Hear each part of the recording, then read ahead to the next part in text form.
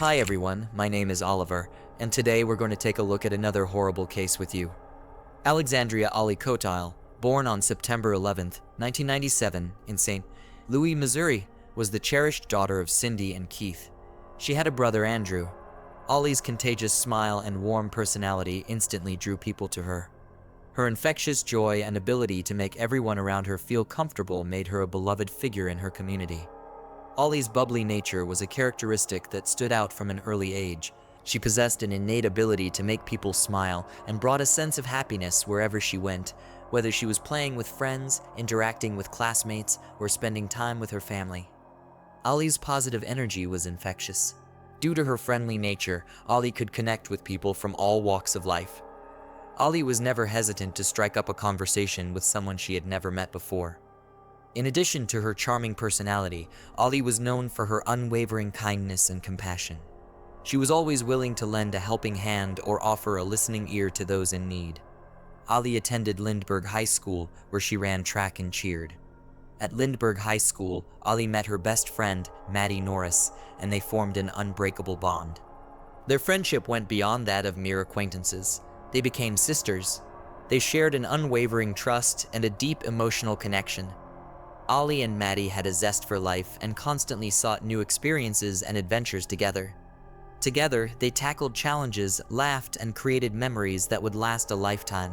Another one of their favorite activities was spending lazy afternoons lounging on the couch, engrossed in a chick flick.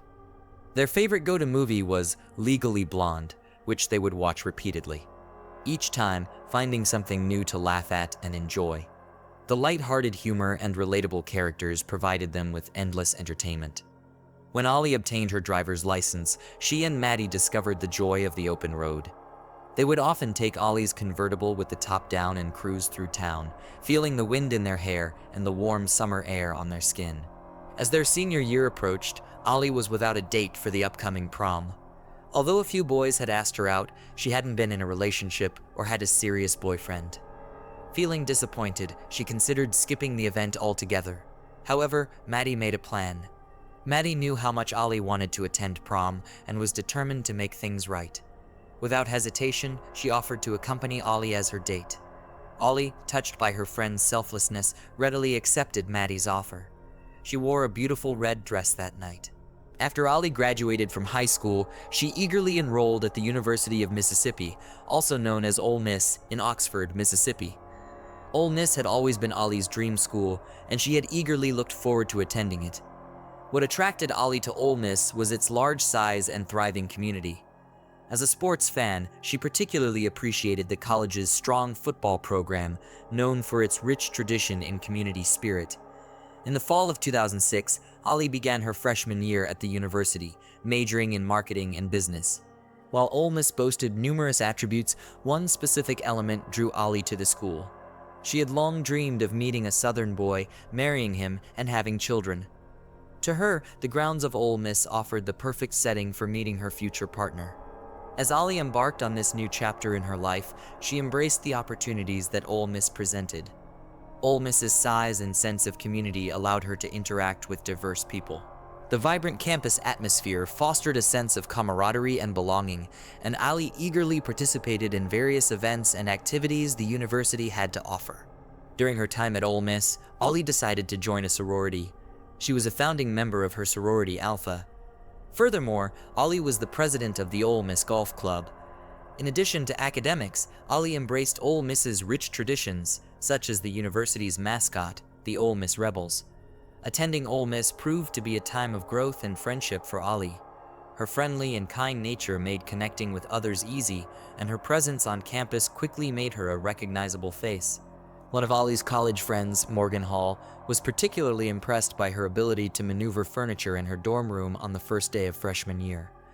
Despite being small, Ollie displayed remarkable strength and determination, leaving Morgan in awe. At a party on campus at Ole Miss, Ollie met another friend, Eliza Brick. They hit it off instantly, as if they'd known each other for years. The connection was so strong that it seemed as if Ollie and Eliza were destined to be friends. Sunsets had always captivated Ollie's attention. There was something mesmerizing about the changing colors of the sky as the sun descended toward the horizon. Of all the colors that made up a sunset, pink held a special place in Ollie's heart. It was not only her favorite color, but also one that made her feel calm and peaceful. There was something about the soft, delicate hues of pink that reminded her of the tranquility and beauty of nature. Ollie's love for sunsets was so strong that she made it her mission to capture as many stunning shots of this natural phenomenon as possible. She was determined to share her appreciation for the beauty that surrounded her with the rest of the world. So, Ollie created an Instagram account dedicated to showcasing her collection of sunset photos. While Ollie was out one night at a bar downtown Oxford, she met a boy named Brandon Feld from Fort Worth, Texas. Ollie was immediately drawn to Brandon, thinking he was cute, and developed a crush on him. She invited him to many of her sorority dances. As time went on, Ollie's feelings for Brandon grew stronger. Brandon was born into a loving and Christian family. He had a privileged upbringing as his father was a prominent doctor in Fort Worth. Growing up, Brandon had a typical Texan childhood. His favorite activities included hunting, fishing, and soccer. If an activity involved the outdoors, Brandon was eager to participate. During one school break, Maddie Norris, Ollie's best friend from St. Louis, Missouri, came to visit Ollie in Oxford, Mississippi. Maddie was eager to meet Brandon as Ollie constantly gushed about him. However, Maddie never got the opportunity to meet Brandon during her time in Oxford since Brandon never reached out or came around. Brandon's behavior deeply hurt Ollie as she trusted that he would make an effort to connect with her, and her best friend Maddie, who witnessed Ollie's pain, felt awful for her friend. Although Ollie seemed hurt, she remained resilient and determined to make the most of her time at Ole Miss. Despite Brandon's actions, Ollie was thriving academically and socially during her freshman year. She had made friends and was enjoying her college experience. The summer before Ollie's senior year at Ole Miss in July 2019 was a time of excitement and anticipation for Ollie and her parents, Cindy and Keith. As Ollie prepared for the final year of her education, her parents decided to visit her in Oxford for a few days. They were eager to see their daughter in her element and get a glimpse of her life at the university. That summer, Ollie also taught a fitness class and attended summer school. Upon their arrival, Ollie eagerly showed her parents her favorite spots around town. She took them on a personalized tour of her campus, sharing her excitement about the various buildings and landmarks. It was an opportunity for Cindy and Keith to witness their daughter's growth and take pride in her accomplishments. While her parents were staying with Ollie, one evening Cindy cooked her daughter's favorite dinner. They enjoyed a special meal together, bonding over delicious food and reminiscing about old times. Because Ollie loved everything Beaky, she and Cindy drove to a store and purchased Beaky home decor items for her apartment. They spent a few hours shopping for items that would add a touch of coastal charm to Ollie's living space. From beach-themed decorations to colorful throw pillows, they carefully selected items that reflected Ollie's love for the beach. On the day Ollie's parents were due to return home to St. Louis, she begged them to stay one more day. She wanted them to experience more of what Oxford had to offer before they left. Despite the initial plan, Cindy and Keith eventually agreed to stay an extra day. On July 19th, the day they were due to return home, Ollie's parents called around 7:00 p.m. Ollie answered the phone, groggy from having just woken up from a nap, and explained to her mom that she planned to go out with her friends that evening. Unaware of the conversation's significance, Cindy told Ollie she loved her and hung up.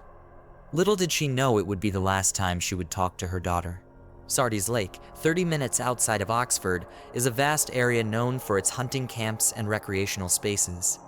The area is large and is patrolled by the local sheriff's department to ensure security. On June 20th, 2019, an officer was assigned to patrol Sardi's Lake in the early morning hours. It was pitch black outside, with an eerie sense of isolation and desolation. As the officer drove around the lake, he noticed something unusual near a picnic table. Upon closer inspection, he realized he had stumbled upon a gruesome sight. Lying lifeless on the floor was the body of a young woman, riddled with at least 9 gunshot wounds. Shocked by what he had found, the officer immediately called for backup. Minutes later, additional officers and medics arrived on the scene. The backup officers noticed a purse in a nearby ditch. As they arrived, intrigued, one of the officers approached it. Cautiously, upon opening the bag, the officer discovered a wallet inside. This wallet contained an old Miss Student ID and a driver's license with the name of Alexandria Clee. After the discovery of Ollie's body at Sardi's Lake, it was necessary to contact the parents, Cindy and Keith. However, at the time, they were far from their daughter, at home in St. Louis. Therefore, they never expected to receive a phone call in the middle of the night, informing them that their daughter had been the victim of a homicide. This news was incredibly difficult for Cindy to process. When Ollie's friends heard she had been murdered, they were just as shocked as Ollie's parents. Ollie's absence left a void in their hearts as they remembered the vibrant and full-of-life person she had always been. In response to this tragic news, her friends turned to social media to express their grief and demand for justice. They created a hashtag #JusticeForLy to unite their voices and amplify their demands for justice. Ollie's friends wrote about her in their social media posts, sharing fond memories of her and the impact she had on their lives. Through these heartfelt tributes, they aimed to honor Ollie's memory and express condolences to her family. After Ollie's murder, a recent graduate from Ole Miss, Bassandra Kendrick, a close friend, expressed her sorrow. Bassandra, a recent graduate, worked in student housing at the university. She described Ollie as someone with a contagious happiness and a positive outlook. According to Bassandra, Ollie always wore a big smile, reflecting her bright spirit. Bassandra met Ollie while working as a community desk assistant in Crosby Hall, the largest residence hall on campus. Whenever Bassandra was stationed there, Ollie would stop by and say hello. Bassandra said Ollie was a sweet girl living her life to the fullest and enjoying every moment. Ollie's sorority released a statement after her murder, expressing their shock and sadness at the loss of one of their members. Alpha Phi sorority said they were grieving the loss of Ollie Kostial, and they sent their deepest sympathies to her family during this incredibly difficult time. The sorority stated that they hoped for solace for the Alpha Phi sisters. Anna Pascoe, a close friend of Ollie from Ole Miss, recently posted on her Facebook page expressing her heartfelt condolences for the loss of her friend, describing Ollie as the most genuine and uplifting person she had ever known. Anna emphasized the impact she had on the lives of those fortunate enough to have met her. A member of the Lindbergh High School cheerleading squad, Emily Grove, took to Twitter to express her shock and sadness at Ollie's murder. She described their time together on the cheerleading squad as an honor and emphasized how brightly Ollie shone with her positive attitude. Emily expressed her regret at not having had the opportunity to get to know Ollie better. At the crime scene at Sardi's Lake, where Ollie's body was discovered, crime scene investigators stumbled upon several cans of White Claw seltzer and 20 caliber shell casings scattered on the ground. A ballistic expert was called to analyze the scene and determine what happened. The expert's analysis revealed that whoever had killed Ollie had been sitting opposite her on the picnic table benches when they fired the first shot. However, after firing the first shot, the shooters stood up and began to circle the table, getting closer to Ollie as they went. With every step closer to Ollie, the expert theorized the shooter fired at her. One of the rounds fired by the shooter missed its target and got stuck in the wooden picnic table. Crime scene investigators searched Ollie's apartment, hoping to uncover any evidence that could help in identifying and apprehending her murderer. One of the items discovered during the investigation was Ollie's Apple Watch. However, despite this discovery, the police were unable to locate Ollie's phone at the crime scene or her apartment. Curiously, however, some of her messages from the night before her murder inexplicably synced with her watch. As investigators delved into the content of these messages, they discovered that Ollie had been engaged in lengthy conversations with Brandon Feld. It became apparent from the messages that Ollie and Brandon had plans to meet up. The detective assigned to Ollie's homicide case decided to reach out to Brandon early on Sunday, the day after Ollie's murder. He requested an interview and asked Brandon to meet him at the police station. Brandon told the detective he could not meet that day, but offered to meet the detective the following morning at 8:30 a.m. However, 8:30 a.m. arrived on Monday and Brandon failed to show up for the scheduled interview. After Brandon did not show up for his interview at the police station regarding Ollie's murder, the police started to track his cell phone. The data from Brandon's cell phone showed he was headed on Interstate 55 driving toward Memphis. Because it appeared to the police that Brandon was fleeing, they secured an arrest warrant and sent out a bolo for his vehicle. Brandon's car had a unique tag, so his truck was easily identifiable. 2 hours after the bolo on Brandon was released, the Memphis Fugitive Task Force spotted his car at a gas station. Brandon was sitting in the car at a gas pump. Agents from the task force were able to take Brandon into custody and alerted the police in Mississippi. Investigators searched Brandon's vehicle and found a .40 caliber gun. Furthermore, when Brandon stepped out of his car, there was blood on his clothing. After Brandon was arrested and extradited to Mississippi, detectives began retracing his steps in the days leading up to Ollie's murder. On Saturday, July 20th, Brandon stayed with friends and went bowling. However, the following day, Brandon showed up at a friend's house with a 6-pack of beer and his .40 caliber gun. The friend told the detectives that he and Brandon stayed up talking for a bit, but on Monday, when the friend woke up, Brandon was gone. During the investigation of Brandon, the detectives discovered that he had never engaged in any physical altercations and had no history of violence. The detectives also gathered information from Brandon's friends and Ollie's loved ones, who revealed that the couple first met at a local bar in Oxford during their freshman year and started casually dating. However, things took a turn for the worse during their sophomore year. Ollie's loved ones noticed a change in her attitude towards the relationship, indicating that she appeared more interested in it than Brandon. This difference in interest eventually led to friction between the two, with Brandon blocking Ollie from contacting him because she would frequently go out and drink and call him. After a year had passed, Brandon and Ollie reconnected during the summer before Ollie's senior year. They decided to give their relationship another chance and started seeing each other again. In Ollie's murder case, Brandon was charged with capital murder and faced the death penalty. The charge of capital murder is the most serious criminal offense that can be filed against a person.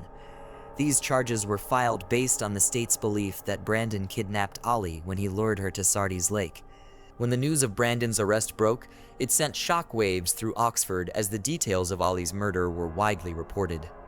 Brandon's arrest triggered a frenzy of speculation and rumors, with community members exchanging theories. Reporters flocked to the town seeking interviews and information from those closest to Ollie and Brandon.